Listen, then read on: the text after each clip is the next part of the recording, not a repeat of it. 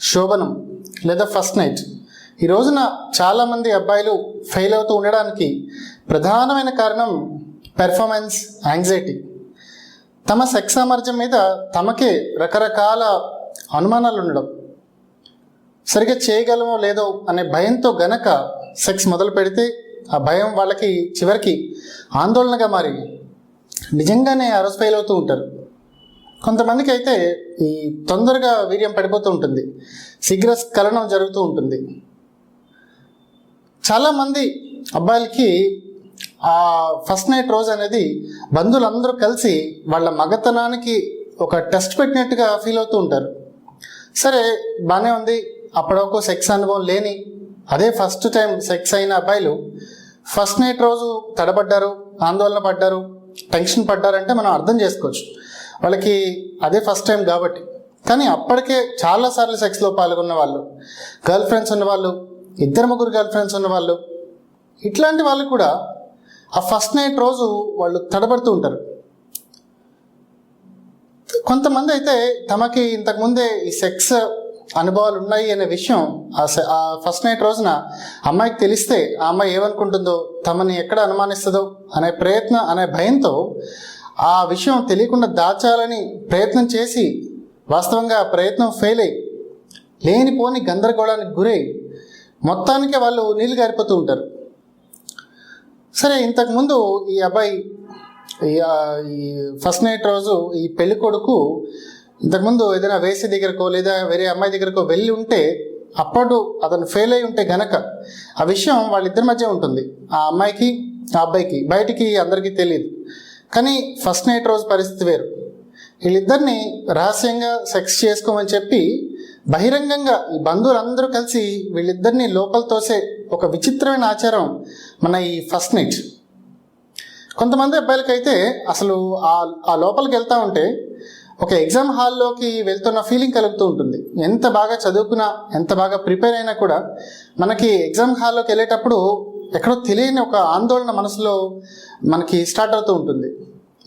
ఇంత ముందే sex experience ఉన్నా కూడా ఆ ఫస్ట్ నైట్ రోజున అట్లాంటి అనుభవం అతనికి మళ్ళీ స్టార్ట్ అవుతూ ఉంటుంది. తను సరిగా సెక్స్లో చేయలేకపోతే, తను సరిగా పార్టిసిపేట్ చేయలేకపోతే తన మగతనానికి, గౌరవానికి ఎక్కడ ఈ భంగం కలుగుతుందో అనే భయంతో చాలామంది ఆందోళనకు గురవుతూ ఉంటారు. కొంతమంది ఆ రోజు ఈ ఫస్ట్ నైట్ కోసం ప్రిపరేషన్లో భాగంగా పెళ్లికి ముందే వేసి దగ్గరికి వెళ్ళి తమ సామర్థ్యాన్ని ఒకసారి టెస్ట్ చేసుకుని సర్టిఫై చేసుకోవడానికి ఇట్లాంటి విచిత్రమైన పనులు కూడా చేసే ప్రబుద్ధులు మనకి చాలామంది కనిపిస్తూ ఉంటారు.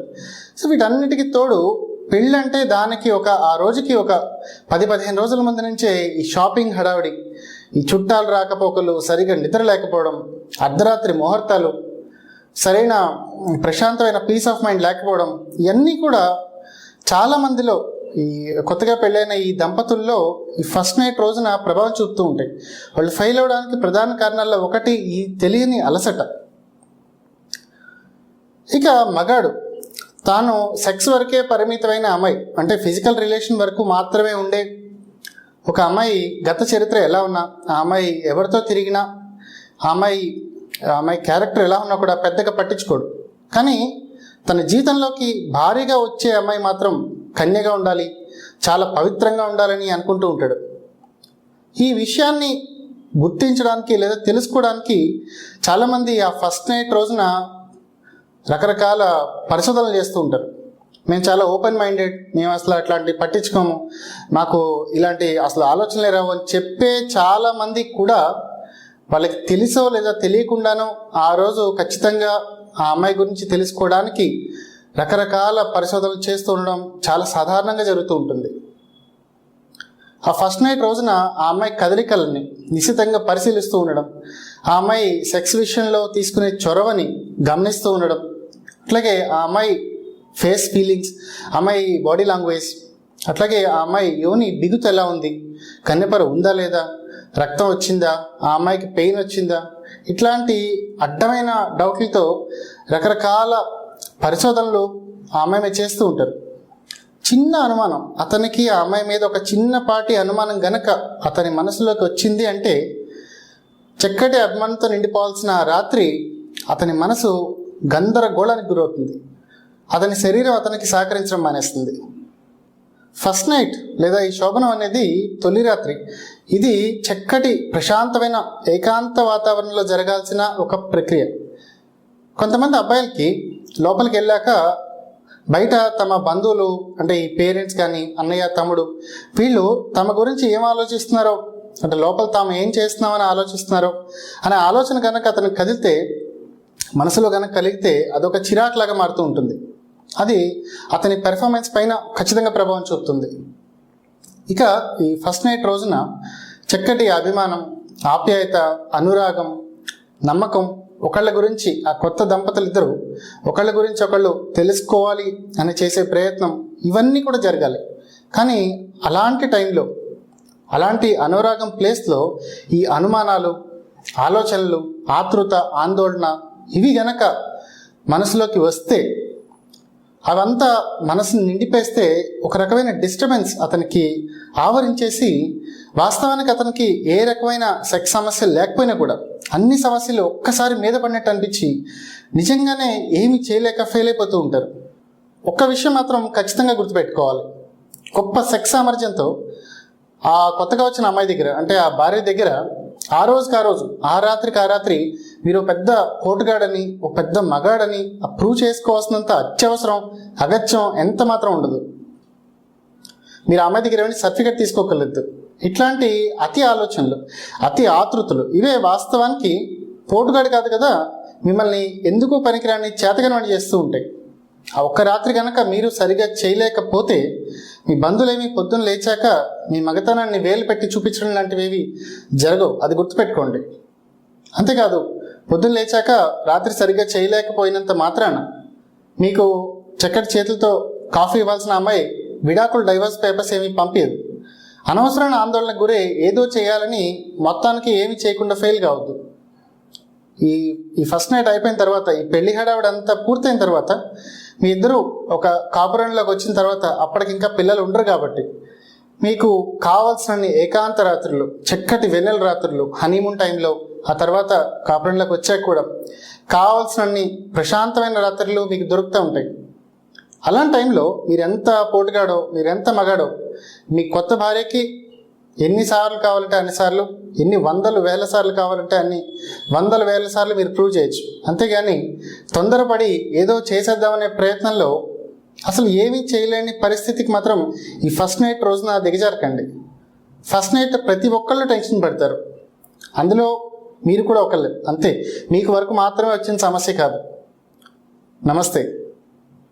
ఇలాంటి తరచుగా మగవారిలో వచ్చే రకరకాల ప్రశ్నలు, భయాలు, అనుమానాలు, సమస్యలు వీటన్నింటికి చక్కటి ఆయుర్వేద పరిష్కారాలు, సూచనలు, సలహాలు, సమాధానాలు వీటిని రెగ్యులర్గా వీడియోస్ ద్వారా తెలుసుకోవడానికి ఈ వీడియో కింద ఉండే సబ్స్క్రైబ్ అనే బటన్ని ప్రెస్ చేయడం ద్వారా ఈ ఛానల్కి సబ్స్క్రైబ్ చేయండి. అంతేకాకుండా మీకు తెలిసిన వాళ్ళకి ఎవరికైనా ఈ ఇన్ఫర్మేషన్ ఉపయోగపడుతుంది అని మీకు అనిపిస్తే కనుక మర్చిపోకుండా వాళ్ళకి ఈ వీడియో లింక్ని షేర్ చేయండి. వీడియో కింద ఉండే లింక్స్లో ఉండే డాక్యుమెంట్స్లో ఈ వీడియోలో ఉన్న విషయానికి సంబంధించిన రిటర్న్ ఇన్ఫర్మేషన్ ఉంటుంది. అందులోనే పేషెంట్ నుంచి వచ్చిన ప్రశ్నలకు సంబంధించిన వివరాలు కూడా అందుబాటులో ఉన్నాయి. వాటిని తప్పనిసరిగా చదవండి. అంతేకాకుండా కింద ఉండే లింక్స్లో మీకు చాలా ఉపయోగపడే లైంగిక విజ్ఞానానికి సంబంధించిన కొన్ని చిన్నపాటి బుక్స్ కూడా అందుబాటులో ఉన్నాయి. వాటిని చదవడం మాత్రం మర్చిపోకండి. నాకు చాలామంది పేషెంట్స్ ఫోన్ చేసి మా సమస్యలు మీకు ఫోన్లో చెప్తాం, మాకు మందులు కొరియర్ ద్వారా లేదా పోస్ట్ ద్వారా పంపించండి అని అడుగుతున్నారు.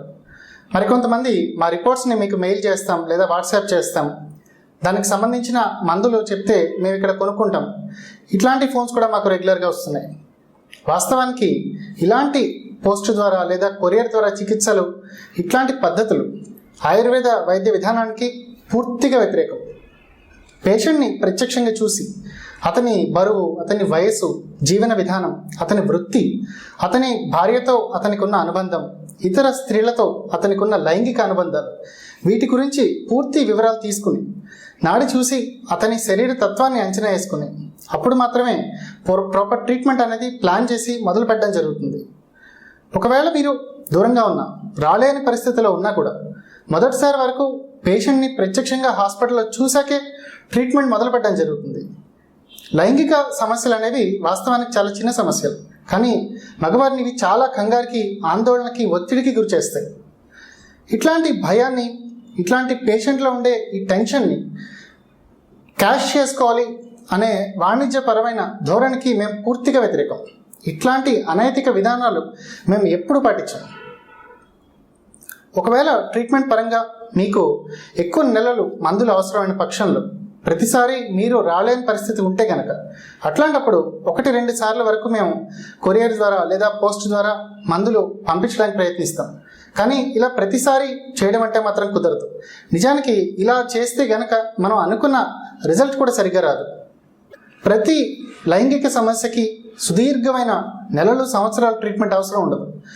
కొన్ని పెద్దగా అనిపించే రోగాలు కూడా కేవలం ఒక 10 days ట్రీట్మెంట్కి తగ్గిపోతూ ఉంటాయి. కొన్ని రోగాల్లో మాత్రమే 6 నెలలు లేదా సంవత్సరం పాటు మందులు వాడడం కంటిన్యూ చేయాల్సి ఉంటుంది. ఆదిత్య ఆయుర్వేదిక్ హాస్పిటల్ మీ లైంగిక సమస్యలకి చక్కటి పరిష్కారం చూపుతుంది. మేము కోరుకునేదల్లా మా దగ్గరికి టెన్షన్ పడుతూ ఆందోళనగా వచ్చే పేషెంట్లు ట్రీట్మెంట్ మొదలు పెట్టాక సమస్య నుంచి బయటపడి సంతోషంగా, సంతృప్తిగా, ప్రశాంతమైన మనసుతో బయటికి వెళ్ళడమే.